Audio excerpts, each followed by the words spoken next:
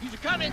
He's a-coming! There's gonna be a gunfight! There's a brand new bubblegum in town named Hubba Bubba. It's soft, juicy, and delicious. Best of all, Hubba Bubba lets you blow great, big, fat bubbles that won't stick to your face. Big bubbles, no troubles. You have a bubble gum.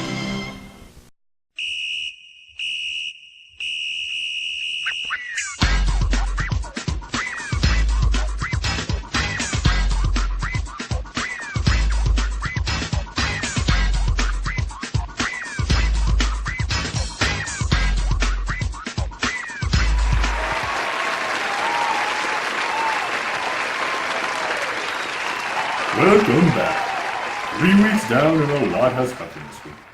News broke last night about Big Tuna's bait shop being investigated by the League for domestic violence. Few details are currently available, but we do have a statement directly from her agent. We are aware of the allegations surrounding Big Tuna that have been reported to the League. We are 100% confident that the League will find that no foul play involving our client will be found.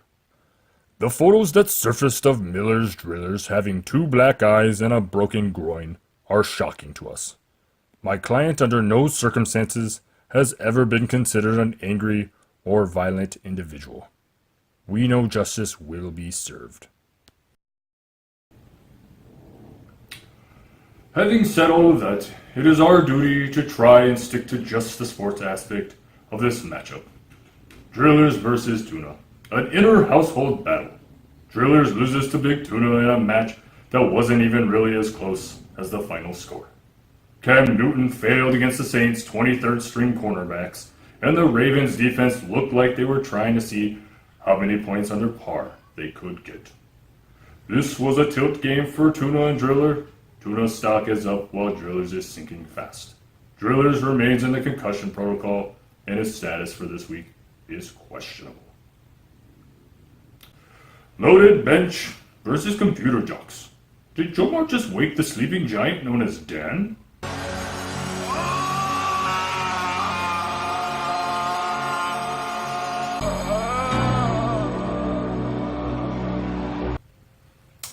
Dan just went roadhouse on Jomar, and everyone else better hope this was just a fluke. There was no sneaky slipping for jocks this week, just a bent dick and a broken spirit. Dan moves on for an attempted winning streak, and it's no secret now why Jomar is peeing around corners. Bro dick, bro dick, bro dick, bro dick, bro dick, bro dick, bro dick.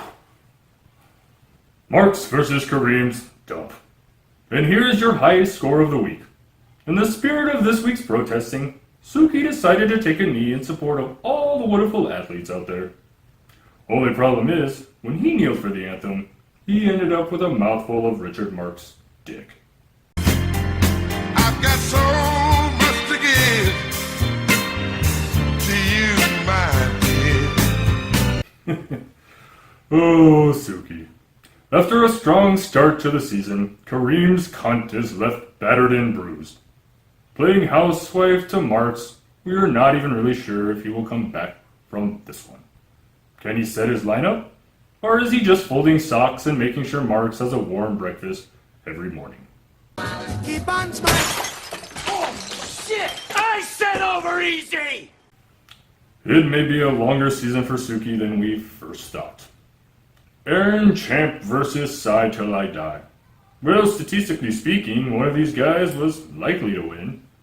Imagine 2 guys diagnosed with Parkinson's competing to see who can beat off the fastest. Well, I'm not really quite sure how that ends. I imagine this is as close as it gets. And while Aaron did put up a respectable score this week, I worry about the long season ahead for Brian. I'm not sure we all know him well enough to make exact assumptions, but one can only assume he is evaluating his self-worth and wondering what it would be like to be a woman, since playing like a man has failed. Would you do me? I'd do me. I'd do me so hard.